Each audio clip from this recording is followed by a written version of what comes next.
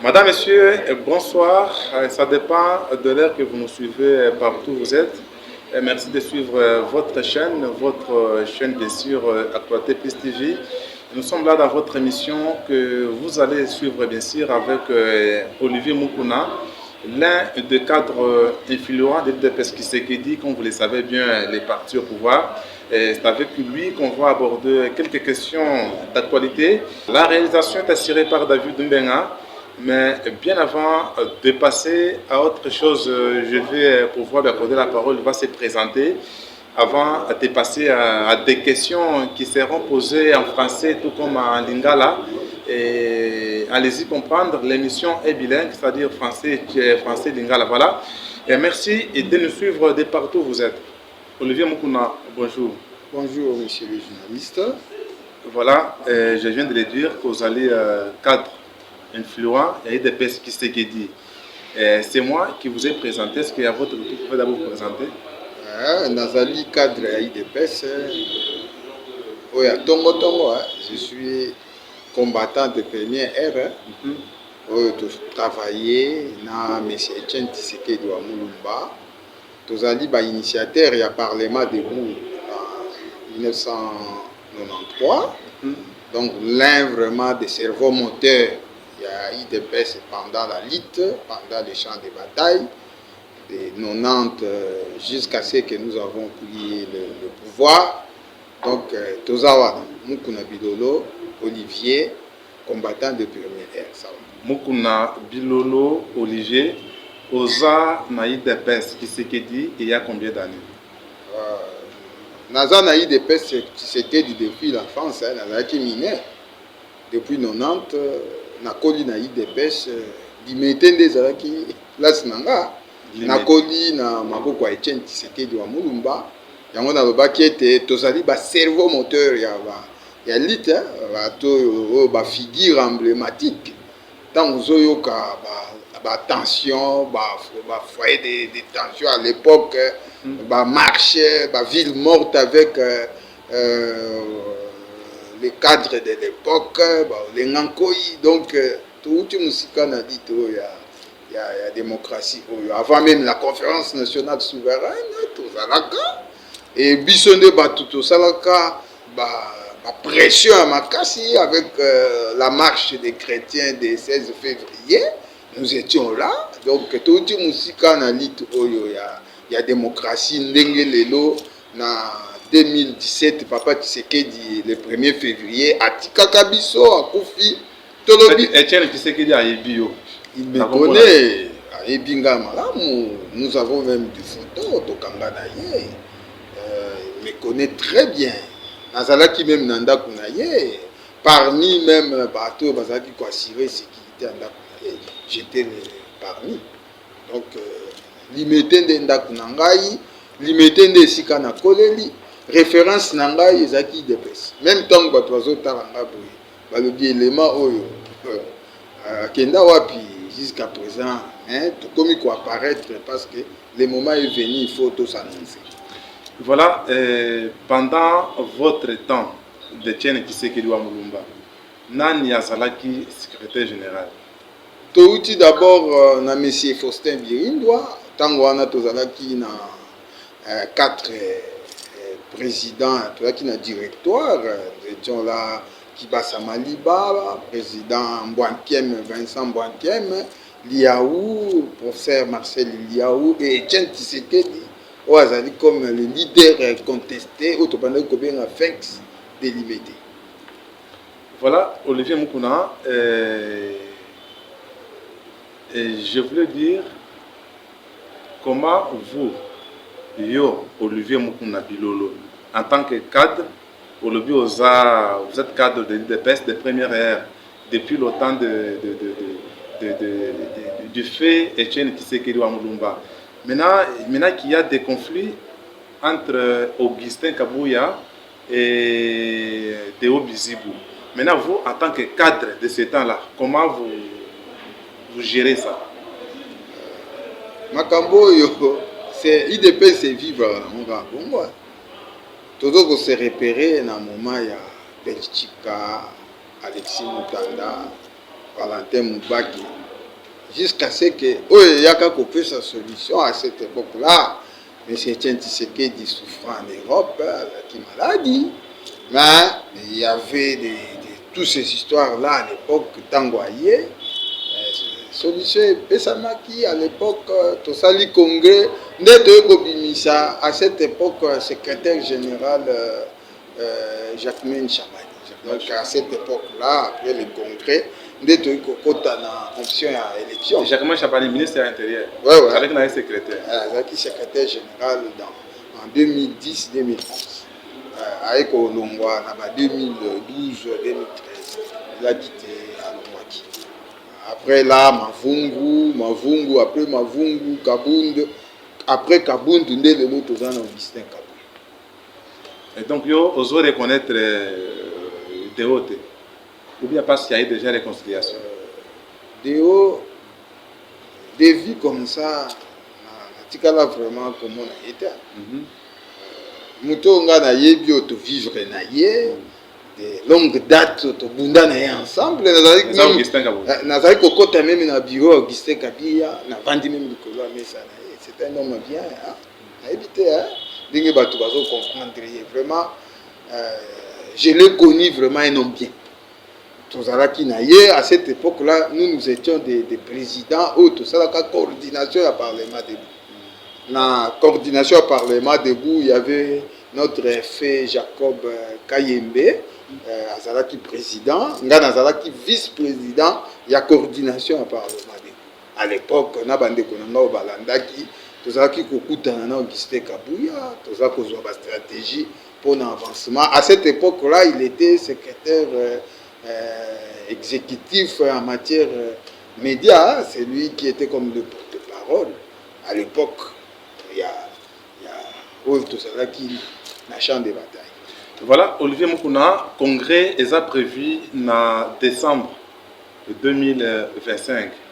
Mais déjà, comme ça, déjà, rumeur, donc, soi-disant, Topin Kabongo, ça déjà président et secrétaire d'intérim, tout ça. Yo, en tant que cadre de PES, on peut sans chance. Augustin Kabouya, président, secrétaire, on peut sans chance de haut bisou ou bien Topin Kabongo, selon les rumeurs. Malgré il y a l'écologie, il y a l'échographie, on a beaucoup de moines. Parce que moi, on a Bali. Moi, on a mwasi. Mais pour nous repérer ça, moi, on a combo fabota. Échographie, échogoloba, mwasi. Moi, on a botami mbali. Maintenant, il faut que vous ayez la patience. Et ça, c'est que des punishments. Vous avez la patience. Je connais Topin Kabongo. C'était aussi cadre de l'IDBS de longue date. Un homme vertébré, un homme intègre. Donc, ils ont parti dans l'histoire. Parce que tant que Babimisaki Jacquemin comme secrétaire général à l'époque, nous n'avons pas quitté. Nazalaka, na congrès, na centre Maman Mobutu, na 13e mairie, des histoires comme ça. Le président, à cette époque, nommé et révoqué. C'était ça les articles des statuts. Et Tshisekedi, Abengaki groupe Moubake, il y avait parce que des tendances à l'époque, tendance Moutanda, tendance Moubake. Mais tendance Oeganyaka, ils avaient tendance Moubake. À cette époque-là, Augustin Kabouya Azalaki, il était toujours là, un combattant vibré, qui a lutté. C'est ça ce que je connais de lui. Donc, Augustin Kabouya Azalaki, commis, secrétaire. Donc, ne croyez pas que pour Augustin Kabouya, c'est être secrétaire général qui lui compte. C'est que nous, nous devons réfléchir et comment sauvegarder le pouvoir. Il faut avoir des stratégies, toujours réfléchir. Nous devons sauvegarder le pouvoir. Dans le congrès. Dans le congrès, vous allez constater que et vous avez l'approbation à tout le monde. Déo Bizim, c'est un combattant de l'IDPS. Malgré naïebiété, mais au fur et à mesure, ça s'affichait.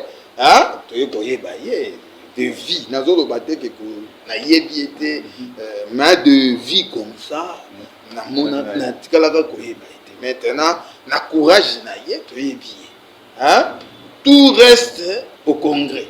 Nyonso ekoleka na congrès.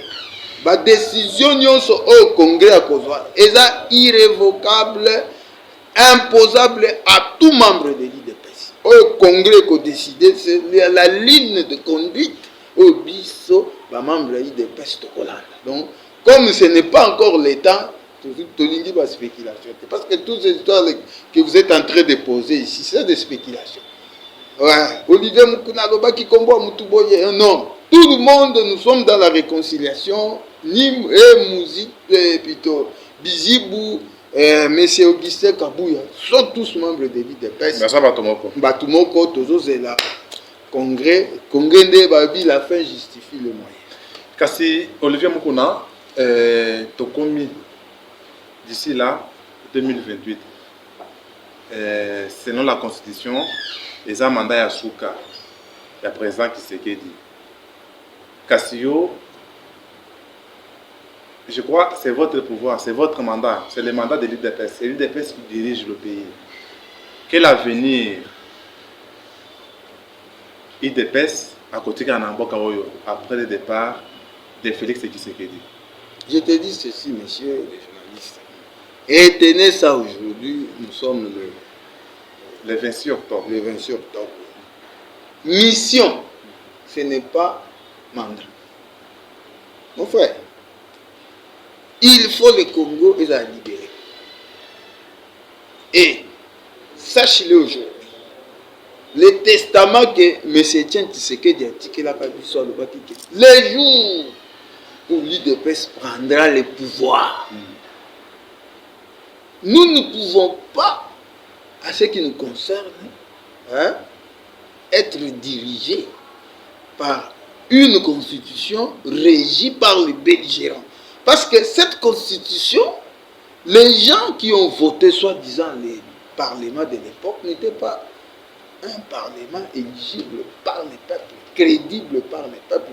Ce sont des tyrans. Hein, Simbi Minduki, hein, Sangani, Balobitoyo, Kana, Basali Constitution. Non. Cette constitution, il y a encore des autres causés biso baguerre dans l'Est.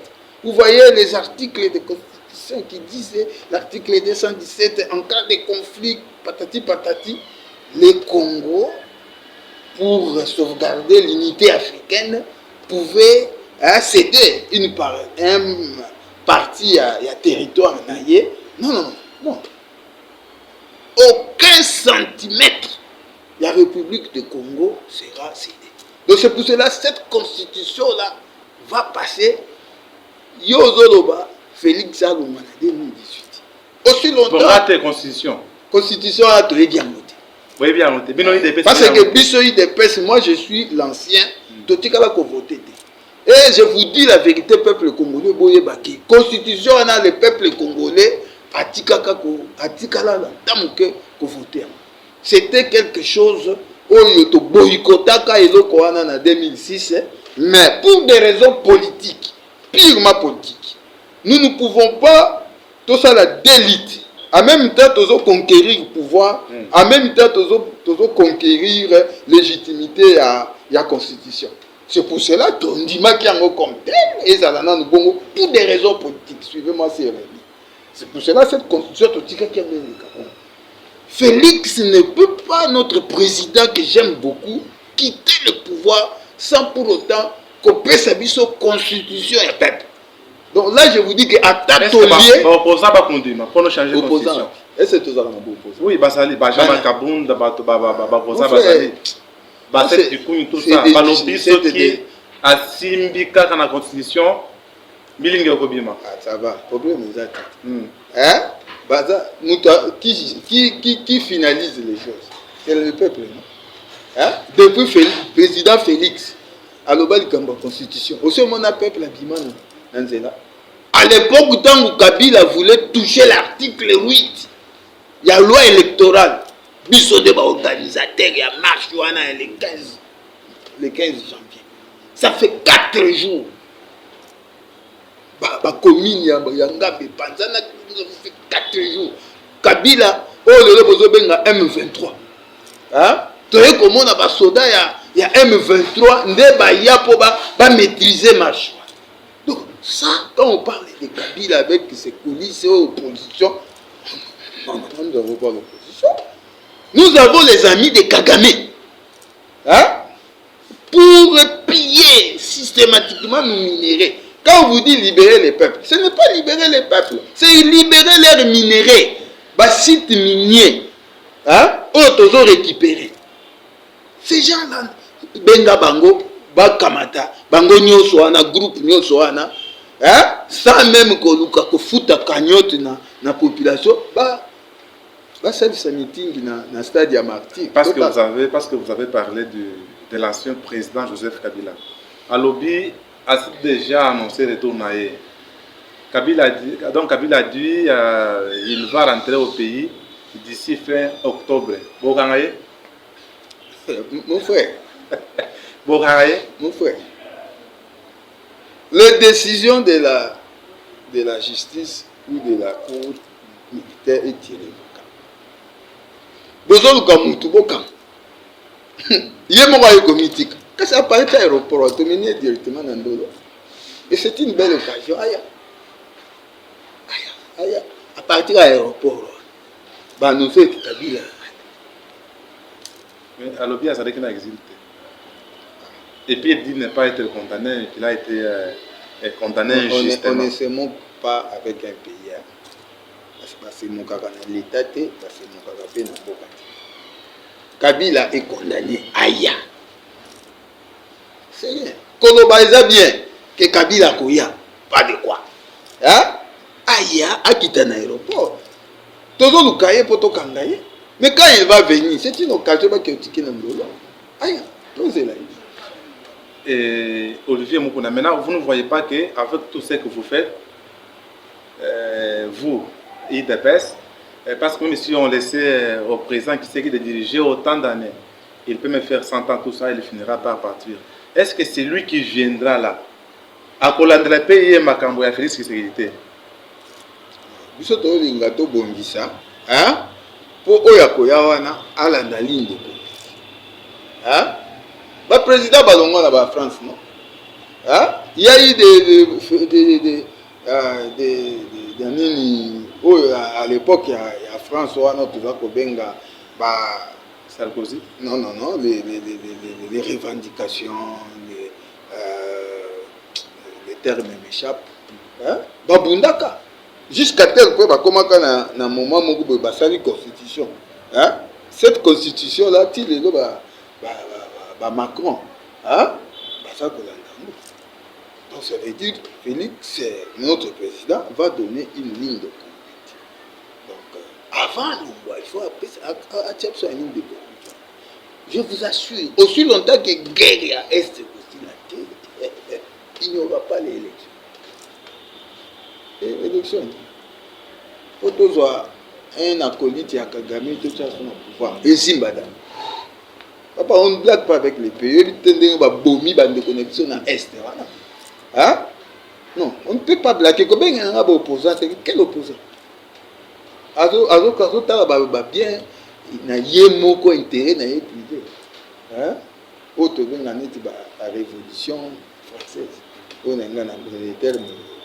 Les France, avec De Gaulle, avec Nani, Jeanne d'Arc à l'époque. Hein? Ce sont des leaders de l'époque. Hein? Ils ont quitté la France aujourd'hui. Nous avons aussi la révolution américaine avec 13 colonies américaines. Hein? L'Angleterre qui a colonisé avec les pays, beaucoup de pays qui ont formé l'Amérique. L'Amérique a une constitution. Mais nous voulons aussi Congo et Zarabongo. Nous ne pouvons pas être dirigés par une constitution régie à l'extérieur, par des belligérants, par des impérialistes. Non, on ne peut pas faire ça. Une constitution régie à l'extérieur. Non, non. Il faut une constitution et une mentalité congolaise, culture congolaise. Hein?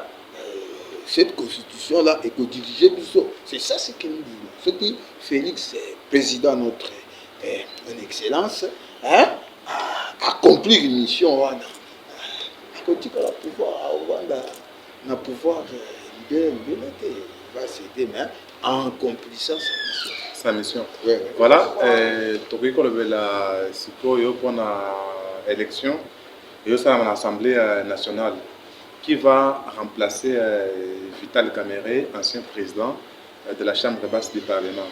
Déjà, on a vu, il y a eu des spéculations avec la démission du ministre de l'Industrie, Aimé Boji. Il est de l'UNC. Il a démissionné donc du ministère vers l'Assemblée. Déjà, il pense déjà être, je ne sais pas moi, élu président de l'Assemblée nationale. Et on avait également suivi Nani Jean-Claude Tshilumba, premier vice-président de l'Assemblée nationale. À sa l'équipe na vision, il y a postulé pour être le pays président. Il y a eu beaucoup de candidatures. Tout le monde dit que Nani Christophe Mbosoko a postulé pour être le président. Cassio, IDPS. Vous postulez officiellement le col a appartient à ce genre. Donc je ne peux pas donner mon point de vue en campagne. Parce que s'il y avait un candidat validé, parce que je crois que tous ces candidats-là, ce sont des candidats de l'Union Sacrée. Il faut n'abandonner sur le cadre, comme ce fut le cas avec à l'époque de Kamer et Bahati et Consort. Maintenant, quoi, il des pestes aux athées. Ça me concerne. N'habite que concerné parce que ça hein? Maintenant, je ne peux pas mettre mon point de vue pour candidat à mais oui, comme décision, mais ce que je souhaiterais est répondre à ma aspiration à fait. Parce que le candidat là qui sera, le président qui sera élu là, à répondre à ma aspiration populaire. Aspiration populaire, changement de constitution. Ce qu'on y est, Hollanda, Nyamu, Totika tranquille. Yo président de l'Assemblée nationale, mission peuple la PCO, changement de constitution. C'est ça, c'est que nous leur demandons. Nous sommes passés. Mission peuple la PCO. C'est ça, changement de constitution. Point barre. Ce qui a salé à voter, à coup d'un peuple. C'est ça. Alors, en termes de réalisation, comment vous évaluez le mandat du président? Mandat président, tout ça en Boujima. Est-ce que Boujima est un des guerre victoire? Il y a beaucoup de choses que le président sait. Pour Congo, il y a Kokufa. Congo, il y a Bakundi. Il faut que Félix Azak, le président Félix a fait d'abord l'effort à Obimisa Congo. Comprenez? Ah? À Télémissi et Siko. Moi, que Congo a bien dans le bout. Le lot va comme le Congo à niveau international. Congo va qui Congo a englouti. Et vous voyez aujourd'hui, dans les milieux diplomatiques, on parle de Congo. Dans les institutions internationales, il y a le lot dans l'ONU, dans le Conseil de sécurité. Ça veut dire que notre président, Longo Nyaming, d'abord ce qui est important, c'est amener le Congo dans les concerts internationaux. C'est ça ce qui est d'abord important. Parce que ce qui est diplomatie à Bino, et ça fiable était. Le reste ne marchera pas.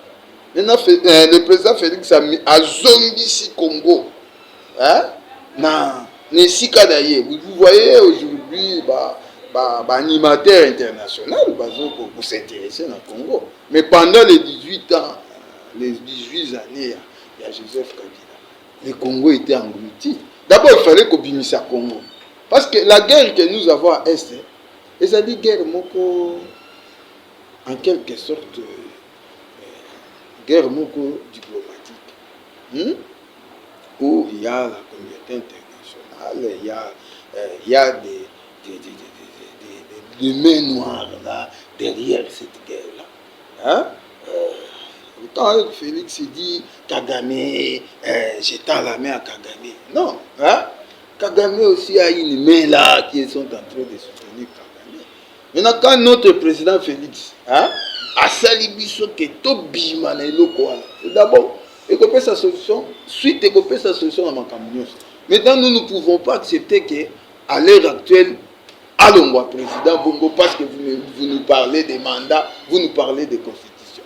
Aussi longtemps, Kagame, le président de Congo-Brazzaville, le Léopold Biya, 92 ans, mais il est élu président. Namon Arakuna 5 ans, Nabango Kuna te batele marapo bayakolo. Trop c'est trop avec ba 5 ans, pasteur, politicien en sultan. Hein? Trop c'est trop. Mais pourquoi na bamboka kuna ba 5 ans na bango ba toujours ah. C'est parce que baza na ba main noire moko boizo soutenir bango. Nous savions bien. Mais sachez-le très bien que aussi longtemps que Sassou Nguesso balongwete, Paul Kagame balongwete, Félix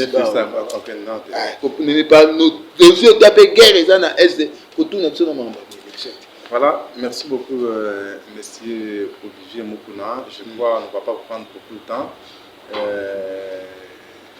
Comme les gens peuvent bien sûr les constater, c'est pour la première fois que nous vous recevons dans cette émission. Et quel est votre dernier message? Mon dernier message que je peux donner au peuple congolais. Peuple congolais, vous la mission. Ne suivez pas des discours inutiles à vos politiciens, soi-disant. Tolanda, président Félix, na ligne de conduite, nous sommes d'abord tous en alite. Aussi longtemps que Tokozala uni avec le président Félix, Tokotosi Sano Makamba Est, des pays économiques à l'aise, on peut faire tout ce qu'on fait. Mais aussi longtemps que nous guerre à Est et Silinante, tous en a droit à organiser ma campagne. C'est pour cela, Nani Mukanda Yako Basula, hein? Il y a libération, c'est la constitution. Ceux qui t'ont rejeté la constitution, tout ça, la constitution, c'est la libération à peuple. Ceux qui peuple dans le contexte, c'est bien. Ceux qui sont distraits par les politiciens, ils sont là. Donc, ceux qui perdent de Mutoko à Félix. Donc, le Congo, tu as évité ceux qui existaient sur la carte. Il y a Afrique, il y a monde. Okay. Voilà, Olivier Mukuna, nous vous disons grandement merci. Merci beaucoup, monsieur le journaliste.